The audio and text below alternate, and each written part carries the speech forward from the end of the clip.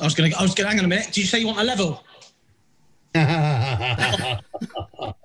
going to bring a spirit level now, isn't he? Yeah. Brilliant. Works for me. No bad.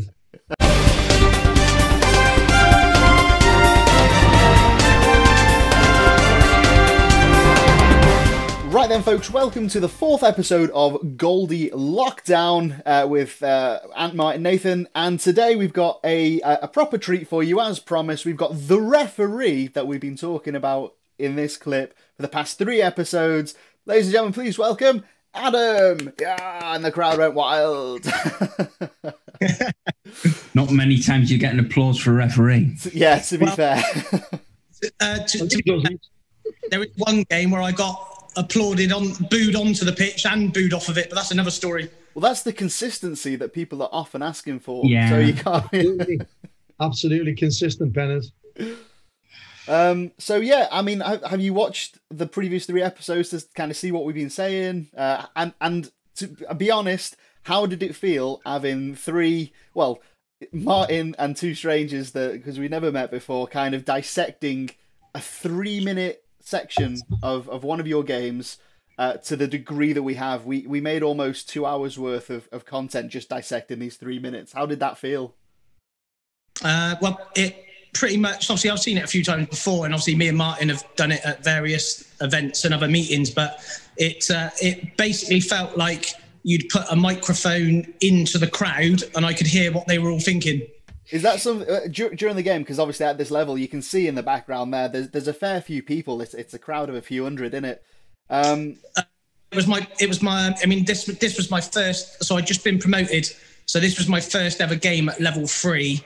And at the time, obviously, Weymouth was always a well-supported club. There was about 850 at that game. First ever game at level 3, and this shit happens. Yeah, cheers, mate. No, you say, shit. I mean, Jesus.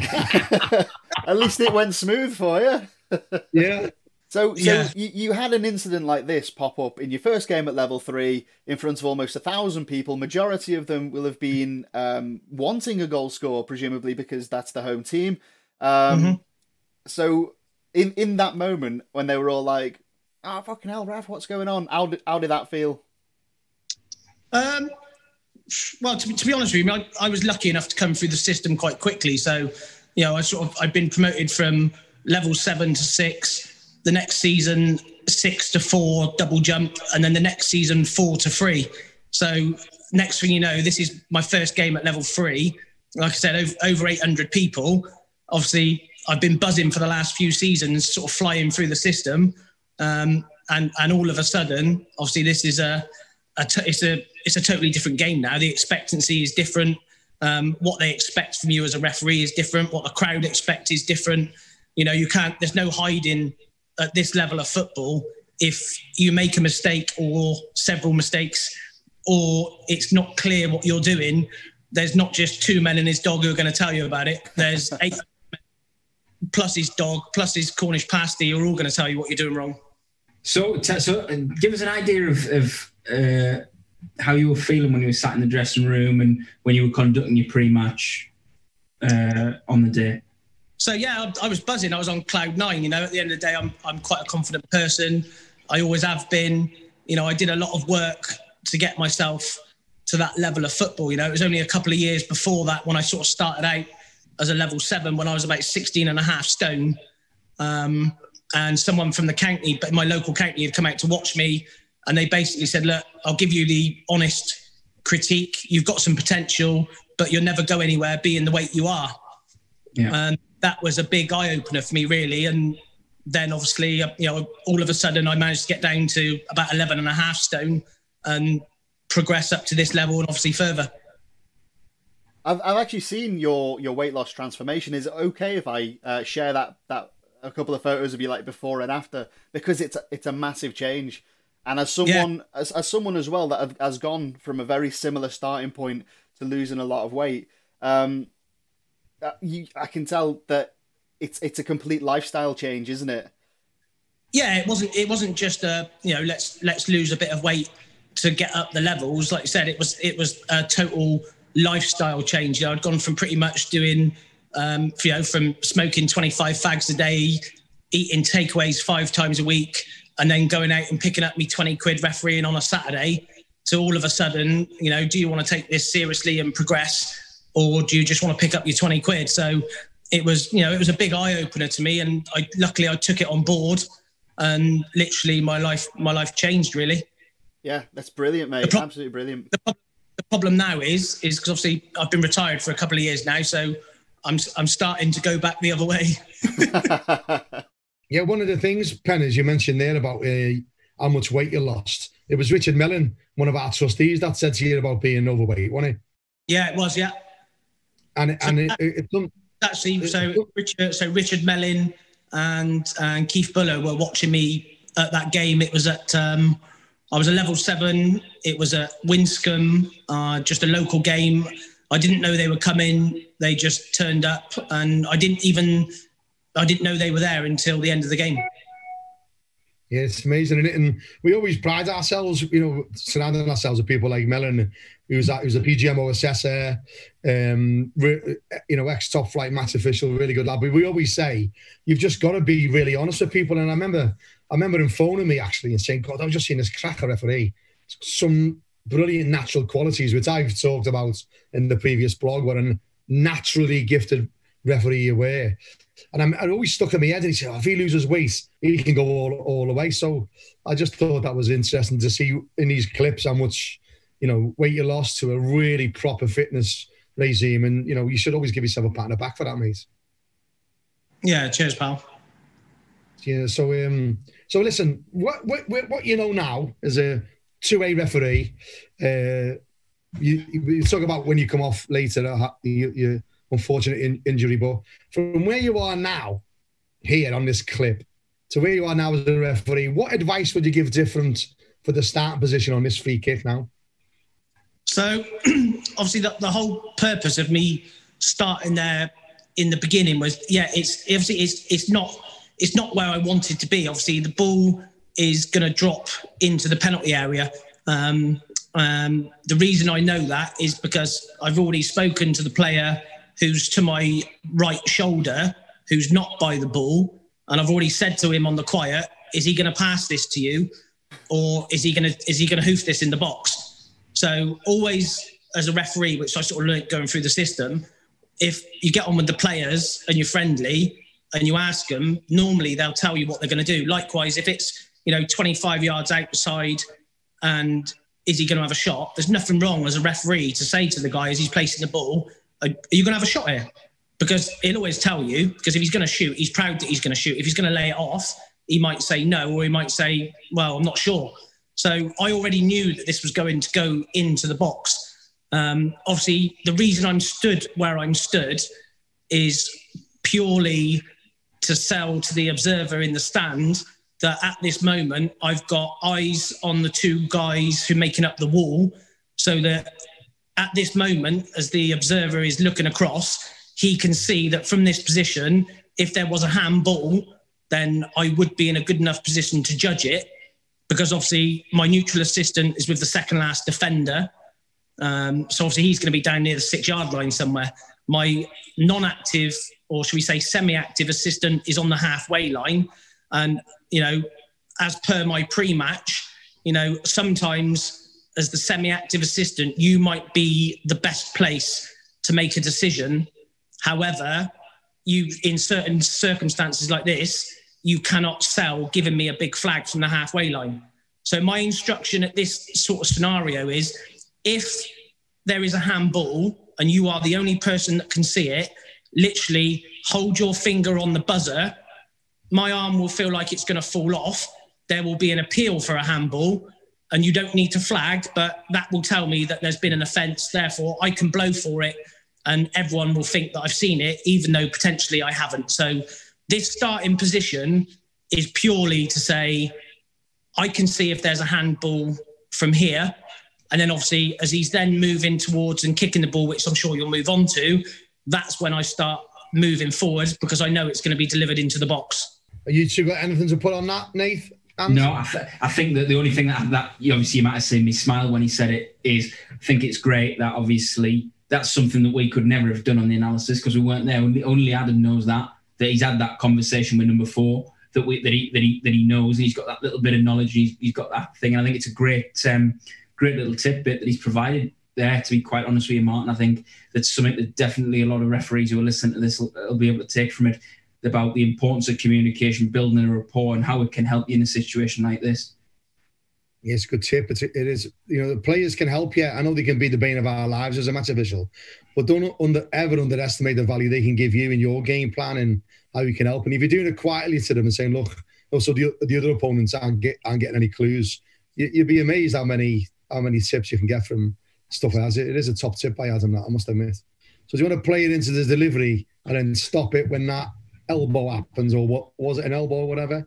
Play it into Penners. You obviously pay attention now, or then about what foot the ball gets delivered to it and all that. We've mentioned that bit. Yeah, of course. Obviously, you can tell by the way he lines up. It's going to be a left-footed kick. So obviously, I know it's going into the box. Ultimately, that ball is going to obviously maybe start a little bit wide, but ultimately, it's going to be curling in towards the danger zone.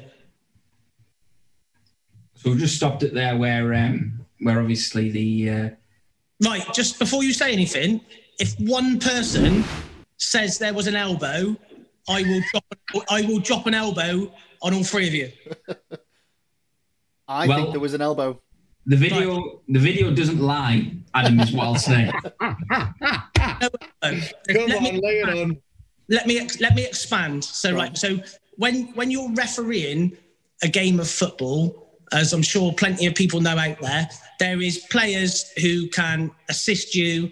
There is players who can cause you issues and cause you problems. And early on in any game, ultimately, you want to try and identify who those people are.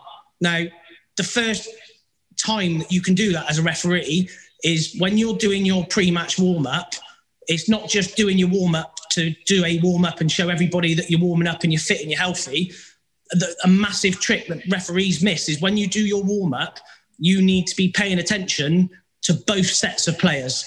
Because what will happen is the players who are generally the lunatics, the head cases, they will also be the lunatics and the head cases in the warm-up. They'll be shouting around, they'll be loud, they'll have their shorts pulled up a bit higher, they'll have the sleeves rolled up. You always spot them in the warm-up. If you once you referee teams several times, you get to know who they are. But obviously, in this circumstance, this is my first time refereeing either of these teams. So when I did the warm-up with my neutral assistants, I was already trying to look, right, who could potentially cause me an issue, not prejudging, but who seems like they're really up for it today, who's standing out from the rest. Now, when this game then started, within the first 10 minutes, the 2 players that are in question here had already had a fair bit of 50-50 between each other. Not an awful amount going on at all, but there had already been a little bit going on between these 2. So when this ball comes in, yes, I could be closer and I could have moved in quicker. However, the only thing I'm looking at when this ball is delivered is those 2 players. I am not looking at anything else whatsoever because those 2 are already on my radar. Now, I don't care how it looks on the video whatsoever. The yellow player receives no contact at all, and he literally throws himself to the floor. We've given you great credit for your position, and we've given you great credit for the fact that, as I mentioned there, 6 claret and blue and 2 yellow, they are not in your line of sight at all. You've got a fantastic line of sight straight in there. There's nothing obscuring your view at all. And I noted that as well when we went through it, and I've said that in the first couple of pieces. And to be honest, like I said, you on the previous part, you provided a wonderful bit of insight in terms of the conversation you'd had, which then led to you having knowledge of what was going to happen next. And that's why, no matter how it looks on here now, having spoken to you and you giving us that insight, then I'm not going to say I'm prepared to accept. Basically, I'm saying what you are saying is fact. Yeah. The only thing I would say here, even though yes, I've got a clear vision. What I should have done from here is once I've obviously back to the starting position, once I've obviously sold the fact that I could see if there was a handball, I'm in a credible position. As soon as the ball then gets kicked, yes, my patrol path is correct and is good, but I walked in. If that would have been, that only had to be a medium jog, and instead of where I'm stood now, I probably would have been I'd have had the same angle of vision, but I probably would have been a yard outside of the penalty area, which would have been even better. Fair shout. I think it's about finding that, again, we're talking about Martin's Goldilocks here. It's about finding that right zone, isn't it? Because you don't want to be in the box, you'd be too close to assess foul play. So I think that it's definitely about the right zone. Just outside the box would be ideal. And even though, like I said, from this, I know 100% there is no foul play. So even when the player goes down, my attention already then turns to the middle of the box, because I already know there is no foul play. I'm not interested. You're not conning me into a defensive free kick. Yeah. You basically do one. I'm not interested. But it would have been if I was a bit closer than what I am there, just outside the box, because I'm very verbal. So from here, where I'm stood now, no matter what I say, they wouldn't be able to hear me. If I'm just outside the box, the way I referee, I wouldn't be cutting the grass, because it's just they're only appealing for a defensive free kick. But from just outside the edge of the box, I would be saying no, or I'd be saying nothing. And everybody would be able to hear me if I was just outside the box. Yeah. You'd mentioned that you'd had a bit of time to kind of get a temperature, a feel for the game, to kind of gauge where your hotspots were going to be, who your troublemakers are. Do you recall at what point in the game this was?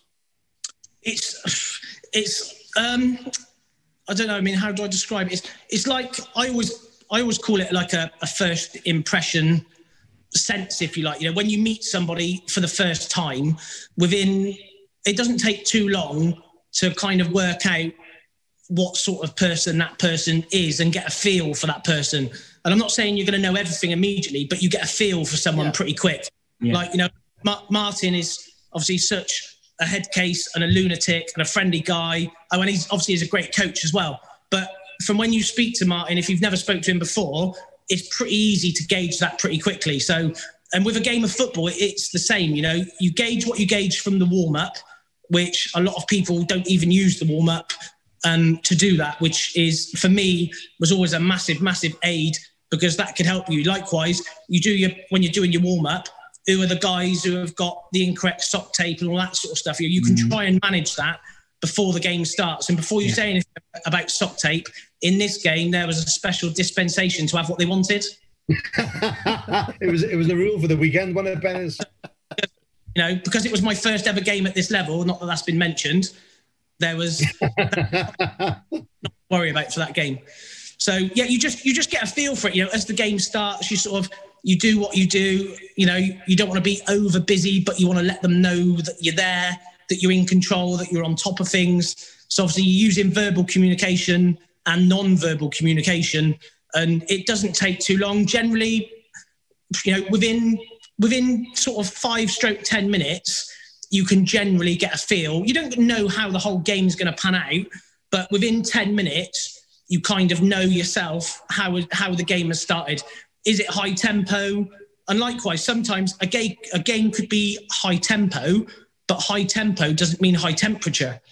You know, and people don't realise sometimes, you know, a high tempo, it's a fast game, it's end to end, but it could be friendly as anything. You could get a slower game, which is high temperature, because there's a bit of ill feeling. The last time they played, someone's leg got broken. So, you know, sometimes people need to realise that tempo and temperature are totally, totally different things. But when you've got the both together, then you've got a game on your hands. Cool. Well, let's keep the clip rolling, because we've established, in the opinion of the referee, this wasn't a foul. That's totally cool. So when we watched the clip first time, start to finish, without a pause, there was assumption that what was given was a yellow card to that player for that foul, and that's why the goal was disallowed. So as we roll through the clip, we're going to see what actually transpires. So let's play it through now up until a bit where you go over to let's say where you're standing over the injured player. The header comes in, ball goes to the teammate, and the ball ends up in the back of the net.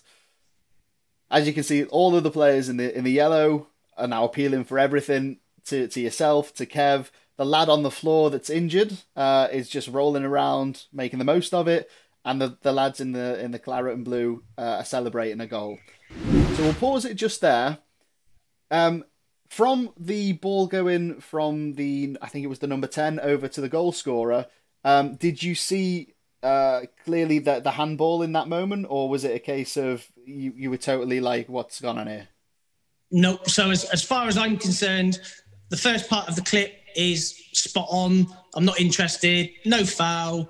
You can do one. Next thing you know, the ball goes across. It's in the back of the net. As far as I'm concerned, my first instinct, my gut feeling is goal. And why wouldn't it be? The ball hits the back of the net, the crowd cheer. However, immediately the goalkeeper and the yellow players throw their arms up in the air, start going mad. I clock one of the defenders who's sort of doing this, claiming handball. Obviously, at this moment in time, I haven't seen a hand. I haven't seen handball.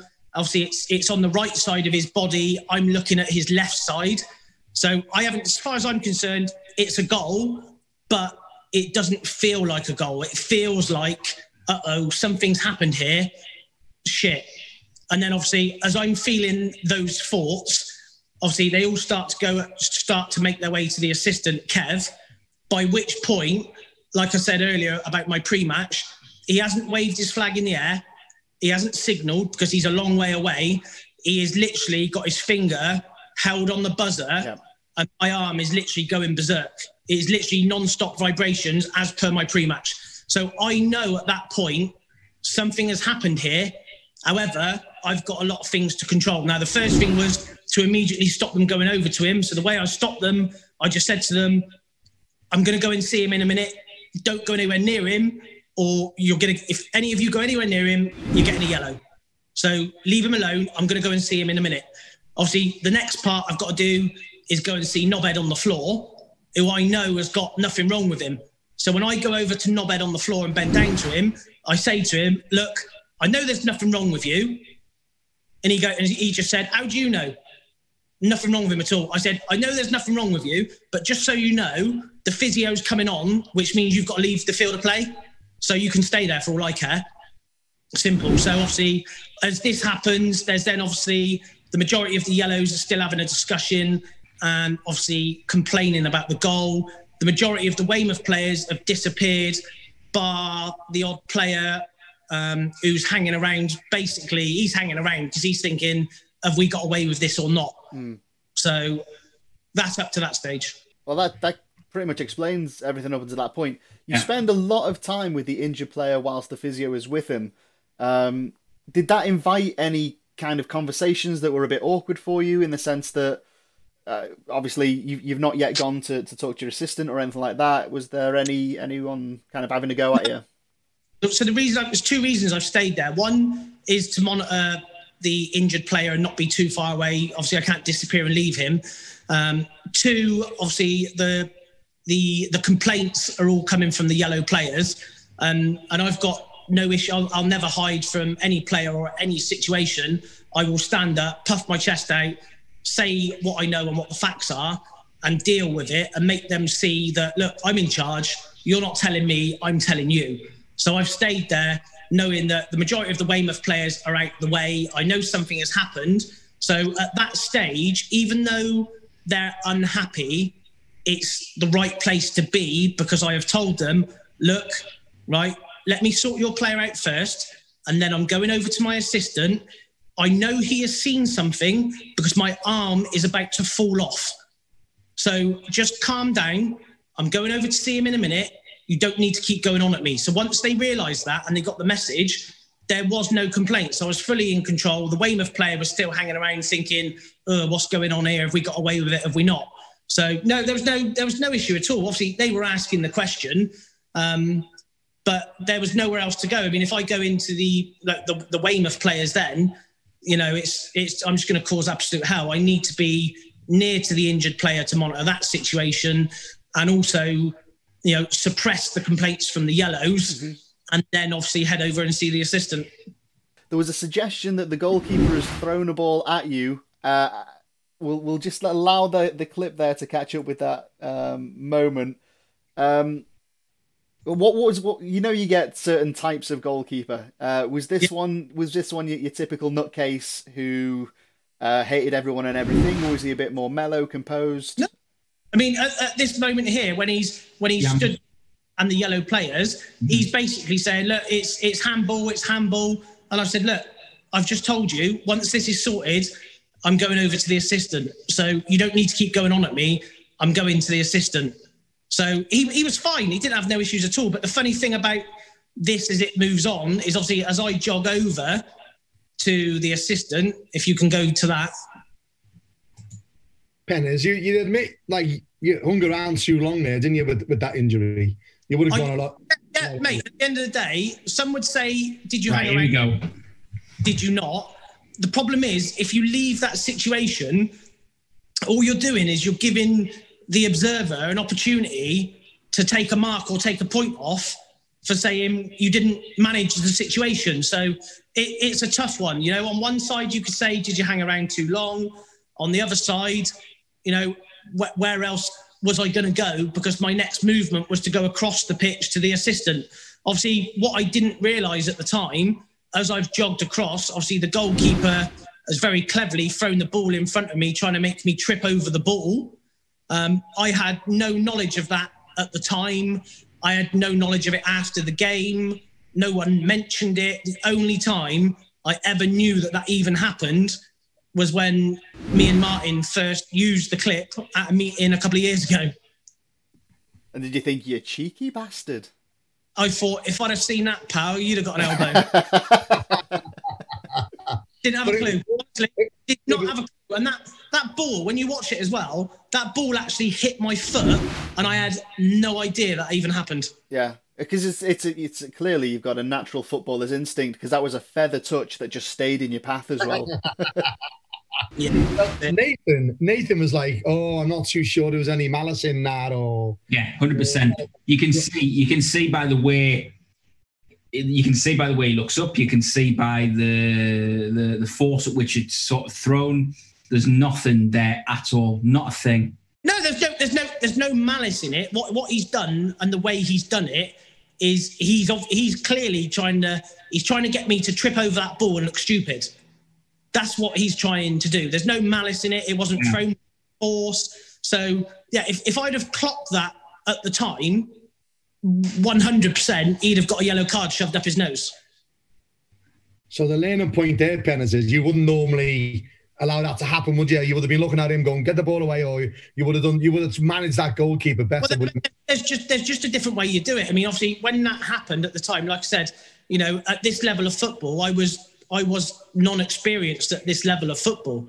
So, when I moved on the next couple of years, there's millions of things I'd have done differently. So in that scenario there, when I was coming away from the injured player to go to the assistant, I'd have almost gone over, instead of running straight, I'd have almost gone over with a crab in motion. So I could have had the keeper, if you like, in the corner of my right eye, my back almost to the goal. Everybody else would have been in view. I then could have started crabbing over so I was facing up the field, so to speak. And then as I got towards the 18-yard area, I then could have quite simply just turned and then back-pedalled towards my assistant. Yeah. And at every moment, I'd have had everything in view. So then I would have seen it if I didn't just run straight with my back to everybody. I just think that the thing is, I mean, look, I might be wrong here. I might be right. I don't know. But my view is, right, that you can't be hauled over the coals, or any referee for that matter can be hauled over the coals for moving in that manner. Yeah, okay, it's a bit of a cherry on the cake for me if you move in that manner. But the fact is, you're working with a neutral assistant who's got a view in on the pitch at all times. So that means that you still have that. If something happens over your shoulder, you've got that. Now, if you're on your own, it's a different situation. But if you're on your own, you wouldn't be doing that in the first place. So it's a different situation. But, if we're talking about any kind of movement where you might be on your own, okay? But what I'm saying is I think that it would be very harsh if you got penalised in any way for that, because I think what you've done is entirely appropriate and entirely sensible, because you're working within a team. And if anything happens over your shoulder, you've got Kevin there who's going to tell you straight away. Yeah, and I agree. And it wasn't something that I was picked up on or penalised for. Yeah. But when I moved through the system, ultimately what you want to do, some refs want the cake, and I always wanted to be the best I could be. So I wanted the cake, I wanted the icing, I wanted cherry, I wanted the sugar sprinkles, I wanted the lot. So moving forwards from there and looking back now, and when I was, at 2A level, 1%, I would not have moved in that way. I'd have moved in a different way. And even though if you did it the way I did it, yes, you wouldn't have been picked up for it. But if you did it the way I would have then done it a couple of years later, what you might have got is the observer, if he switched on, would have noticed it and said, you know what, I really like the way that you turned your body and you twisted and you still kept everything in view. So ultimately, it can always be improved. It can always be better. At this stage, obviously, I didn't have a clue about things like that. I just pretty much come through the system quickly and I did what felt natural. But like I said, moving on, there's so many things and a lot of it is small things, but when you add them all up together, they all equals big things. It's an unbelievable attention to detail, that. But you know what? I was probably the most, in terms of self-critical, sometimes even if I had a good game, I'd batter myself because I'd make silly things or silly mistakes in my own head, which maybe someone else didn't notice, but I knew myself still been better. Yeah, it's funny because we always talk about that. It's always the little things. Individually, you never seem that big. Someone would say, "Oh, what does Scouts have for you today?" "Oh, we said I never turned us back on the ball. Oh, we never used enough hand gestures. Oh," and that's a bit picky. But when individually they don't seem that big, but collectively, they're massive. And we always talk about creating your toolbox as you go through your career. And this is a good example of what we're on about, is that the Goldilocks zone, Penn has just said he wouldn't have got picked up on it. There's another way of doing it, which is acceptable. But this is the Goldilocks zone. What Penn is talking about now is putting those cherries on the cake, going finding those, bringing them out of your toolbox as you go through. Say, I remember, don't lose the ball. Don't lose the players. Have all those cherries in there. They're all in those Goldilocks zone that we always try to find. And Penn has got that really early on in his career. Some referees I've coached and dealt with don't get that for a long time. Some of them don't see the importance of the little things. You think the little things are little things, but they're not. Collectively, they're huge. Everyone knows, if you look at all the top officials in the world, they all know what a free kick is, like you do. They all know what offsides is when you're on the line. It's all those little things that make them that 1%, 2%, 3% better than you. I think I was just going to say, Martin, I think that this is where you're talking here, I think is a great point, because I think that, now more than ever, things can be very, very tight in the bandings, and I think that if you so maybe if you get assessed 5 or 6 times over the course of a season and 3 or 4 of those times the observer's saying, I liked that extra thing you did. Well, if it's tight and they're thinking, who do we come up, and the panel meets, and think about who might go up, the referees committee, it might be you because of those little extras. And I think that that's a really important thing to take on board, that if it's tight at the top of the band, and you doing those little things on top might make the difference. It is a level that we like to talk about. This is obviously a level in team of 3, but we've always talked right through this about what would you do when you haven't got, your neutral liners, you've got club liners. Obviously, you wouldn't be having this scenario. That's going to be probably an easier way to get cherries, because you haven't got to go over there to the goalkeeper. We probably wouldn't have gone to the line, or we probably wouldn't have gone anywhere near that. But he would have managed it differently. And all these little things we're talking about, you can use that at any level of football. All about your body language, your hand gestures, all the other stuff we talk about, raising your awareness by looking like you're not going to miss anything, rather than thinking you didn't miss anything, but if something did happen, you wouldn't have been able to see it. That's the difference of it. That is the difference of it. So it's those little cherries that what you always look for. Listen, that concludes the first part of this analysis we're having. Penners here. And in the next episode, tomorrow, we're going to go away from what happens here, what Penners was going through his mind managing the substitute, the coaching technique, and the journey between Kev on the line and doing that coaching technique. So tomorrow, Adam will be back again to go through everything of the rest of the clip. And then we'll talk about the brilliant support he got from the PGMOL. So see you tomorrow, guys. That was episode 4 of Goldie Lockdown. In it, Martin. Say it, Martin. Yeah. One day.